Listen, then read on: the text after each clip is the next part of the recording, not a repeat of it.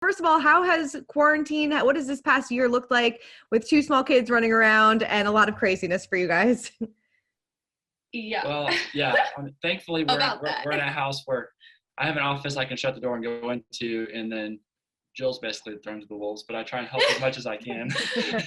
Yeah, it has been a little crazy, I think, like most people are feeling, but I am super thankful. We are in this house, so Derick has an office that he can go to, and when he can't go to the law school and study. Mm-hmm. So yeah, that's super helpful. But of course, it is crazy. You get stir crazy. We try to get outside as much as possible and walk and all of that, because Sam and I are here most of the time. Israel's in school, and thankfully here in Arkansas, he can actually attend kindergarten, like in the classroom. So other than last week, we were out for snow and ice and everything. Yeah, well, that's good. At least like one's out of the house for a little bit, so it gives you a little bit of breathing room. I mean, how has it tested your relationship, and what have you both learned as parents during this time?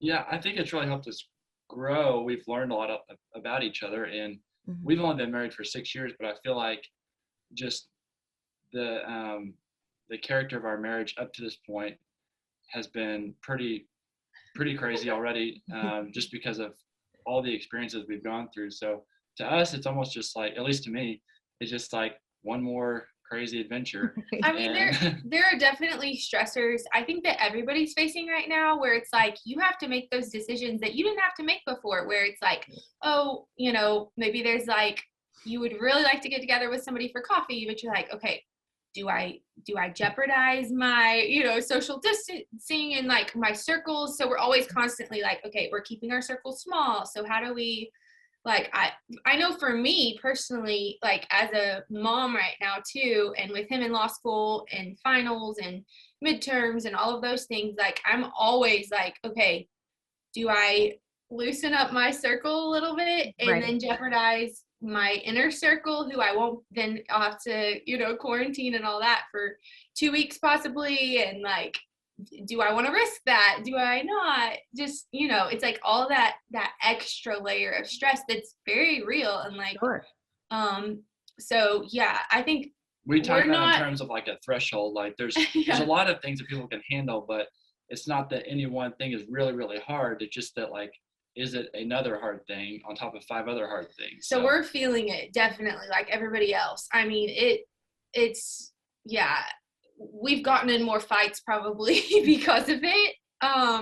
Just like the added layer to our threshold, you know? So, but like Derick said, trying to work through it. And one thing that I really appreciate is being on the same schedule, actually. Like, so when he's cooped up, I'm also cooped up, and we're both ready to go, versus before, I feel like when he would get home from school and work and stuff, and then I would be like, I've got to get out of the house, you know, like we would be like on different wavelengths there. So like I would be wanting to chill at home and just kind of relax, and she would be wanting to get out. And maybe I got out twice, you know, during the day, but I'm just like, I need a break. But now that's one nice thing, is like we can both take breaks at the same time. We love to do lunch together, and like having him here. Anyways, I just love that part. That is nice. No, it is. There are some benefits and some downsides to this, I think, for everybody. But yes, the quarantine fatigue is definitely real. I mean, how would you guys say that your parenting styles differ, or do you guys always agree on things? Differ from each other? From each other. Jill's probably the more lenient one. I'm definitely the more lenient one. I'm like, oh, but this or that. And like, he's like, babe, we need to be consistent here. I'm like, okay, yeah, you're right. It's good because we balance each other out a lot. So we help each other in that Where way. he sometimes might be more like, she can help me lighten up. I'm like, babe, but like they've really had a long day, or it's Friday, like it's the end of the week, everybody's limits, they get extra screen time today, you know, whatever. So yeah, that's our parenting styles are, but we're similar in a lot of ways too. So right, no, we do feel like it's important to like have those big core things that we agree on. So there would be more issues if we didn't agree on fundamental aspects of parenting. Well, and like not letting them play us either, where it's like, oh, well, Dad said I could do this, and you said this, or whatever. We're always like, well, did you talk? We call Derick goes by Papa. So did you talk to Papa? You know, what did he say? Like, so yeah. Try to keep some consistency there. Totally. Yes. It's always a good balance. I love your YouTube channel that you guys, you know, in recent months, you have opened up and been so honest and open with fans about your personal life, reality TV, and so much more. I mean, why was this the right time to do this? And why did you guys decide to kind of, you know, open the floodgates a little bit? Yeah. So, I mean, you could probably speak to this too, but I feel like there was like a lot of misconceptions for a long time. And so we had been talking about it, and even like going to therapy and stuff, and just like processing ourselves. We wanted to wait until we were at a place where we felt like we could, like it was the right time for us. And so we had just like, I think we had just like asked some questions on Instagram or something, and people were giving us, oh, like, what about this? And we're like, oh yeah, like maybe we should like address some of those things. Sure. So like, yeah, there's still varying levels or degrees that we feel comfortable at this point talking about. But yeah, I think that was the biggest thing for us, was like misconceptions and wanting to address wisely, of course. Like, you don't want to like, of course, like throw it all out there to whoever, but like we did want to address some things that we felt like people could relate to, or misconceptions. So yeah, I mean, what would you say is the big, or a few of the biggest misconceptions about the two of you that you wanted to clear up?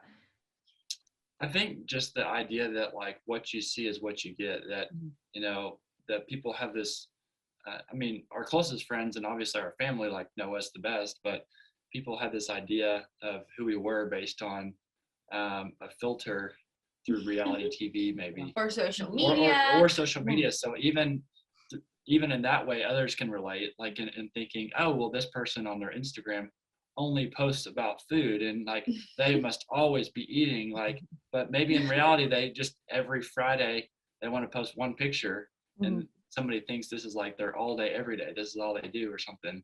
Sure. Man, so I think it's, yeah, to Derick's point, I think it's something that everybody should be more aware of, is like what you see is not always a true representation of everything that everyone is, you know, like, so I think that's important to keep in mind. And I have to keep myself in check too, because I might see somebody who looks like they have it all together, and then I'm like, oh, I know she's got dirty laundry somewhere hiding in the, you know, in the closet or whatever. So I'm like, yeah, I think so. We just, in an effort to be like real with people, of course, like our therapist says, you know, there's like the rings, there's like the inner core ring, so you're not gonna be super vulnerable with people who know nothing about you. Of course. To some level, there's like wisdom in that, but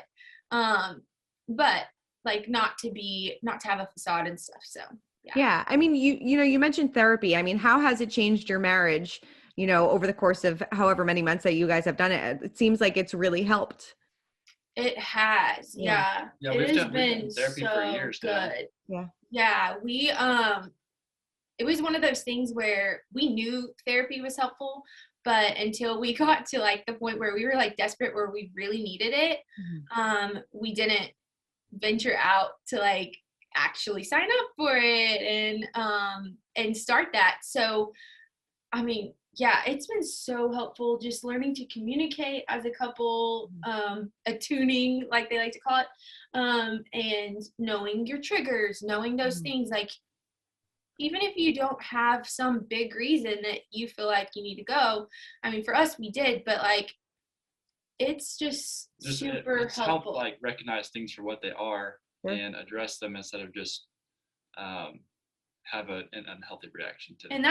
And both of us have always wanted to work things out. And so even realizing sometimes, oh, there might be, you want to work things out, but also maybe you need to go on a run first and then come back and work things out. Right. Yeah. Just like that desire's here. So like, you need to start the conversation, obviously, but doesn't mean you have to finish it at 2 a.m., you know? So, and people assume that therapy is something you need whenever there's an issue between a couple, but it might be something that you as a couple are facing together. Yeah. That would be helpful, and just like, you know, how you can relate to each other in addressing a mutual problem. Life is hard. So like, no matter what it is, you might see issues big or small, but we just see it as like being super helpful. I mean, I think it would be good for anyone to go to therapy. And even the benefit, if everything's going right in every aspect of your life, which I don't know if that exists, but even if that did exist, you know, I still would think this would just take it to a whole nother level and help it that much more.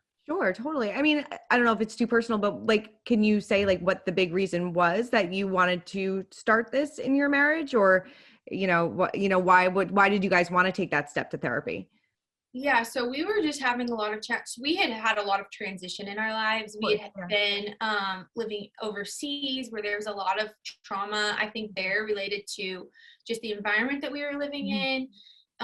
We had 2 kids. We went from filming a lot in our first year of marriage, like all of our, like Derick was working 45 hours a week, and then in the free time we were filming for the show at the time and stuff. There were just a lot of things that we were working through, and then learning to develop boundaries with even just like extended family, a little bit of drama there and stuff. So when we got to the point where we were just, I feel like both of us, Derick was starting law school, and it was just a stressful season for us that we really felt like, hey, we need extra help. We had zero control. I mean, not zero, but there were large aspects of our life that we didn't have control of, that we didn't. As it related to like the transitions in our lives, going from one thing to another, and just trying to get a grasp and a hold on our lives. So we at that point we were like, we really need like somebody outside the picture to speak into our lives to help us sort things out. And initially it wasn't even that like we were arguing all the time or fighting all the time. It was more like we both agreed like, okay, we need help, like just sorting this out. And then it became so much more for us, like in that, as we got into therapy, and then we were like, oh, thank God, like we have our therapist all the way through law school. And so there was that initial reason for getting involved, but then since then we've had a lot of additional benefits, unexpected things that come up, you know, that just like, I need help processing this. Another thing that's been really helpful for us with it is knowing like, okay, you know, on Friday or whenever you have a session, we are going to have time together as a couple, because we do couple therapy. So we're going to have that time scheduled in our week where we're going to sit down with our therapist and hash these things out. So we'll take notes during the week, so that we don't forget, you know, or whatever. And it allows us also the freedom to not get caught up in just, not to say we don't hash things out throughout the week, because that's important too, but like we can start a conversation and then know that we'll pick it up later. So versus we were spending so much time like trying to just like sort out these problems. It really helped us be more efficient with our time. No, definitely. So somebody to talk to, get a different perspective, which is definitely helpful. I also love on your YouTube channel that you guys are not afraid to talk about your sex life, and had that great date with your kids, which I thought was so funny. I mean, how do you keep the romance alive with 2 small kids running around, obviously during this pandemic? I mean, it's tough. It is. Yeah, it really is. And thankfully our kids are young, so that's probably a little helpful. But yeah, I think it's good to have a sense of humor. And also to recognize with kids that like it looks different depending on your stage of life, and including your age, the ages of your children. You know, what might be embarrassing to like a 5-year-old's not to a 12-year-old, to a 16-year-old.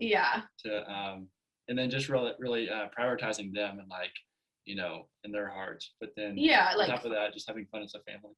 So with our recent YouTube video, we wanted to also, like, marriage is a big aspect of what we feel like we want to encourage other couples in. So like healthy marriages. So in that video, we definitely wanted to address like our sex life and talk about things and that have helped us to prioritize. So different games or questionnaires or date ideas, stuff like that, that just like helps like put that spark back in there, where in the stress of life, and especially during COVID, when, you know, you're stuck at home and all that, like you can still keep the fire alive and you really need to, like, it's a priority. If you don't, then you're going to have bigger issues. And yeah, so I think that's what we, and sorry not to cut you off. no, you're cool. Yeah, not just like physical intimacy, but like emotional intimacy, other aspects of your marriage, combined with like finances are, I don't know if this is completely accurate, but I've heard that like sex/intimacy and finances are like the biggest reasons for divorce. So like really addressing things like that before they become a problem, and not being reactionary, but being proactive about those in a relationship is important to us. Recognizing everybody has issues. So it's like, you're always, there are issues in your marriage. Like, you just have to be consistent and be willing to work through them. And setting realistic expectations, which I think kind of goes back to reality TV / social media. People think that other people's lives are perfect and they don't have struggles. And then maybe, for example, if they're a single person, they might think, oh, this is the standard, like, and then they wake up, they're 35 and they're not married because they haven't met anyone who hasn't lived up to that standard, right? Because they're looking for something that doesn't exist. And then once they get a marriage, thinking, okay, now this is going to be a different person than maybe I knew before, or something's wrong with us because now we're fighting, and it's like, no. Or they're gonna stay the same. They're gonna be the exact same person, which just realizing that, like, you know, expectations are big deal, and you know, it's important to be realistic and try and work through certain things to benefit your marriage. Totally. And you know, it's interesting that like you do broach the topic of, you know, sex with your kids, but in a discreet way, because obviously they're very young. I mean, why did you decide to do that at such a young age? And kind of, because it feels like a lot of parents are sometimes probably scared to broach that topic with their kids, but you kind of like put it all out there, but like I said, in a discreet way. Yeah. I think they're going to get it. I think what hurts a lot of parents is that, like, they have that attitude, and then somebody else introduces their kids to it at a much earlier age than they even expected. They're like, well, I wanted to address it with them, but, you know, this has already happened with them, or like this is going on at school, and realizing that, you know, they're going to get that from somebody somewhere. And these days, probably pretty young. Like, I went through public school all the way through. Right. And it's probably even worse now, but like, they're going to get that from somebody somewhere. So like, we'd rather it be from us and have like with a healthy, and like, I feel like if you have a healthy view and from the right people earlier on, it gives you more confidence whenever things like that come up in school, and they're like, I already know this, like, that's wrong, like, I don't know what you're talking about. So we wanted to, like, and then also I feel like maybe some of the reason why people would be hesitant would be out of fear, or just like the unknown and all of that. And Derick and I had different perspectives coming into marriage about how do we want to talk about sex with our kids, and like, what do we want, like, what language do we want them to use? What do we want them to know about, and at what ages? And we're not, like, we're learning as we go, but we try to get like different books and resources that help, like, teach you how to teach your kids. And then we're constantly listening to podcasts and stuff like that. So, but yeah, like, we definitely want our kids also to have like the ability to protect themselves also. So that's like another aspect of it, is knowledge is power. And you would be amazed at like a 3 and 5-year-old, our kids now, like, just learning about their body and of course, like, at the right time. So what our 5-year-old might know, our 3-year-old might not, but just in an effort to like protect them also. And realizing that, like, to kids, like, everything's new. So like, it's probably more embarrassing for the parent than the kid. Yeah. The kid's like, well, I don't have any reason to think that this is like an embarrassing topic. I'm just like learning about this. Like, I learn about the food groups, or learn about whatever I'm learning about in school. Like, why is this any different? That's so true. I think it can help with like protecting your kids too, because like, we come from different backgrounds, but and different parents have different views on it. But like, growing up, we always learned like the anatomical names for body parts, like, and didn't use some like code name or something.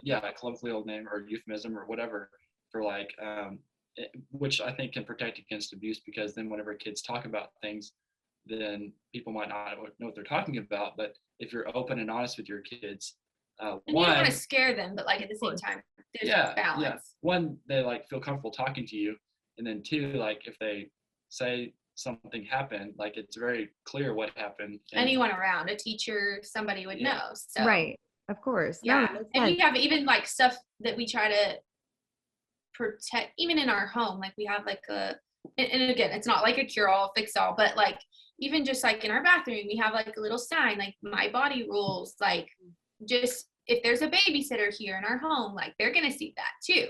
Sure. So stuff like that. Yeah. Have you had any close calls with the kids during this time? Have to put a lock on the door?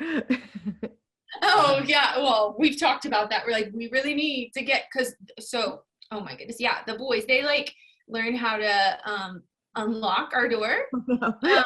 So we're like, yeah, we need to get one of those like little latch things on the top of our door now. It's about time. My parents had one on their door. So I'm like, yeah, it's about time to put one of those up. Time for that. You know, you opened up on YouTube again about going through courtship and kind of like the misconceptions of courtship and things like that. Do you expect your kids to do that when they're older? Is that something that you guys have talked about? Again, like we mentioned in our YouTube video, I think there's a difference between a teenager in your home under your roof and a kid who's maybe in college, you know, and so I think it would depend on what their goals are, and we would definitely want to talk to them. And again, we're not even there yet, so we can't speak. We have a ways to go. Yeah, a little ways to go, but I definitely think you had made a good point. I think we brought up in the video about just the difference between like. I think it depends on like the kid's state, like Jill's saying, the kid's stage of life. But then this idea of courtship like conjures up all kinds of weird ideas about, you know, what you can and can't do, and having this list of rules. But again, like what was seen on like reality TV is not what you get. Like that's just like what others wanted to make it. But like we set our own rules. Like we didn't have any rules or anything. But we did have rules, but yeah. We set our own rules, but I think it depends on like your age, like what you might do for like what, obviously for like an 18-year-old versus a 25 versus a 30-year-old. I mean, hopefully the 25 and 30-year-old will be the same, but like but anyway, and one thing that I would like push back on and disagree with like the traditional sense of like courtship is like is the authority. Like we've talked about it, we mentioned it in our YouTube video, you know, the degree to which you're subject to unsolicited advice from like parents might be the level to which like you're dependent upon them financially. If you're living under their roof, then they might have that right. But if you're, you know, 19, 20 years old and completely self-sufficient, then like I think it's a little outside the bounds of like parents to say you have to do this or you can't do this. Like not saying you shouldn't be respectful and honor your parents, because we believe like we're Christians that you should honor your parents like your entire life. But honoring your parents when you're 5 is obeying everything that they say. Honoring your parents whenever you're 35 isn't obeying everything that they say, but it's respecting their opinion. You know, it's treating them the right way. Even if it means you agree to disagree. Right. Yeah, and you can agree to disagree, and that doesn't mean you're dishonoring your parents. Like, and it means, you know, maybe wise to get advice, but every situation is going to be a little bit different too. And if you're expected to take that advice all the time, then maybe you may choose not to ask for advice. So of course, yeah, that makes sense. I mean, I know you guys get this question all the time, but do you want to expand your family more in the future? Yeah, we would love to expand our family. Right now it's a little difficult because Derick's in school, and yeah, we've got a lot. It just depends on the season of life, you know. Yeah, we're still young. We'll see. So but yeah, so but we're not opposed to that. We're definitely open to however God leads, and we've also talked about adoption possibly in the future, and we're content right now with where we are, but that's Derick's mom was adopted, and we just love like my brother was adopted, my uncle's adopted. Like, it's not like that unusual in our family, so that's something we're open to too, biological or adopted. So we'll see. Or at the same time. Right. Yeah. No, that would be amazing. I mean, do you ever miss reality TV at all? Or are you happy to kind of put that chapter behind you? I mean, there would not as the way it was. Yeah, not as the way that it was. But I mean, we definitely had fun adventures and stuff like that. It wasn't all hard, but we definitely like where we're at now and just having more control over our lives, because it was kind of a bigger umbrella of just when we were interacting reality TV. It was like a lot of players in the game there, so we didn't have as much control, so we do not miss that part at all. But I think we're not like opposed to reality TV in and of itself if it were to be set up differently for our family. Yeah, so we weren't opposed to reality TV. We were opposed to like not having choices about it. Yeah. I mean, would you ever do it again, based maybe just on your core immediate family? Yeah. We would be open to that. Of course, timing and all of that would come into play, you know, and we would want to prioritize like our family and like our kids and like think about that, because having grown up on reality television, like I think I'm more sensitive to that, and I'm more aware and of how that affects you, positive and negatives. There were a lot of great positive things that I enjoyed about being on reality TV, but I also know that there could be some negative things that I think I'm just more aware of. So we would take that into account.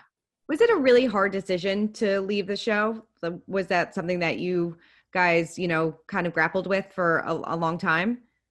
It was, yeah. It was easy and hard, both. We were ready to leave and felt strongly about leaving, but leaving in and of itself was hard. We've been trying to set that boundary for a long time, and it just wasn't working out. So it didn't work out. We had to find our voice first. So, and then doing that doesn't always bring the most positive light. I don't know, like there can be challenges when you find your voice in certain things, and then trying to maintain that boundary there and stay strong. It's hard. Yeah. So. Did you have support? I know you talked a little bit about, you know, some distancing with your family. Did your family give you support during that time, or was that like one of the biggest challenges because you didn't know how they were going to react? And obviously the show is so successful and you guys are such a big part of that. So it was a big piece missing. Yeah, there were definitely some issues there. It was hard. Yeah, there wasn't a lot of support there. Yeah, when we left. Do you feel, because you said, you know, a lot of your family goals didn't align and you didn't have control of your lives. Do you feel like now you have total control of everything going on? And, you know, I mean, maybe what were some of those goals that didn't align for you guys? Yeah, we definitely feel like we're in a healthy place now for our family and have control of our lives. And we're grateful where God has us. And the future is bright. So yeah, we some of the goals that didn't align probably just, I think where we were headed, there were some job opportunities that a job opportunity that we had been preparing for that was sidelined because of the overarching goals of the show and stuff like that we were not aware of. And so once we were made aware of that, it was just really hard to like see that dream die, kind of. I mean, so there's still God redirects things, and we know that there's a plan, you know, and everything, but it's still hard. Yeah. When you have something that you're working toward and then like you have no choice and it's just like cut short. So there were things that was like a big deal, like deal breaker and reason for us to leave the show. So we still but there were other things we still can't do that, but like, so that's something that like is lingering, like that's we're still not able to do that. But as far as like overarching ideas, I mean, the show was like, but anything going forward, we now have control of going forward. Yeah. But like the show and the values that were there, and like the whole family values and stuff like that, like, I mean, the show in and of itself, like a positive thing, and like traveling together with relatives and family and all of that, like those were fun aspects. But where maybe we didn't align was like just the way that it was set up. It kind of evolved initially just being like my parents and all the kids, but then I think it got harder to keep everything more organized, and I mean, I can't imagine just like even just the way, if you're starting a family business and you know that you're starting it and you already have adult children, I think that's different than kind of evolving into a huge business almost overnight. So it just creates its own challenges, and that's where we were with like the struggle of like, okay, this isn't working out very well for our family. So definitely we needed to take a step back at that point. Yeah, you got to do what's best for your family. I mean, like I said, you said there was some distancing. Has it gotten better since, because I know you spoke out about it, I think in October. Has it gotten better since then? So when we spoke out in October or last fall, whenever it was, we had been dealing with challenges for a while, unfortunately, and that had just finally, it had come to a point where we were open, a little more ready to speak about it. But it's been a kind of a long journey, so it hasn't gotten, I wouldn't say it's gotten better since then, but I think we're just continuing. We're in a better place than we were 6 years ago. Yeah, but like I wouldn't say that it's gotten like significantly better since last fall or anything, because that's just when most, again, going back to the whole like people being more aware of things, and not what you see is not always what you get. So with us in that aspect, it was like, we've been dealing with this for a while. This was just like the time that we felt like we were able and ready, a little more ready to bring it up and talk about it. But it's not something that like overnight is better. So yeah, we're very much still in the middle of all of that, and just trying to not really in the middle of it, I guess, because we're just working toward it and working on ourselves still, like healing and boundaries and all of that. And we have a lot, in our life right now that we are just trying to prioritize for our family, like what will keep us healthy and keep us going, and not dedicate too much emotional energy to trying to, I don't know, like get to that place really quickly with my family. It's a work in progress. Yeah. Exactly. If we're gonna have healing, we want genuine healing, not like and on our terms. Yeah. So. Has one member of the family been more supportive? Like at times there are, and yeah, and my family's not like, I don't want people to think like that they're bad people or anything. Like we love my family, and it's just we love hard, to like work through things, and so we're still on that track. And there's been different times certain people are more supportive than others, but I think it's just it ebbs and flows. And with a family of that size, I mean, you can imagine every family has drama, and so when you've got that many more people like giving opinions or whatever, it can get crazy. I'm sure you're bound to have conflict. Do you guys ever watch Plathville? Have you tuned into that show at all? Somebody commented on my Instagram. Jill told me about it. And I was like, somebody like told me about this family. I don't know them or anything, but like somebody had said, hey, you should watch whatever it's called. I don't know. It's from a reality show, isn't it? I think it's a reality. Got a big family. So we looked it up, and I was like, oh yeah, I can relate to some of the kids on there. I feel totally. I mean, what advice do you have for kids who want to like, maybe like leave these shows? Because like you see it in the roll-offs as well. People kind of want to branch out and things like that. I mean, what advice do you have for people that are kind of like in that situation that maybe it's just not working for them anymore? Yeah, I think there's so much that we could say. And we have talked to a lot of people who are in similar boats. Yep. So, but I would say, one, realize you can't change other people. And so if there's some, if you can't be the one to fix everybody. So like, that's one aspect. Another thing is really being okay with people not being okay. So sometimes that might mean you have to create a boundary, or you have to step away from something if that's what you feel you're supposed to do.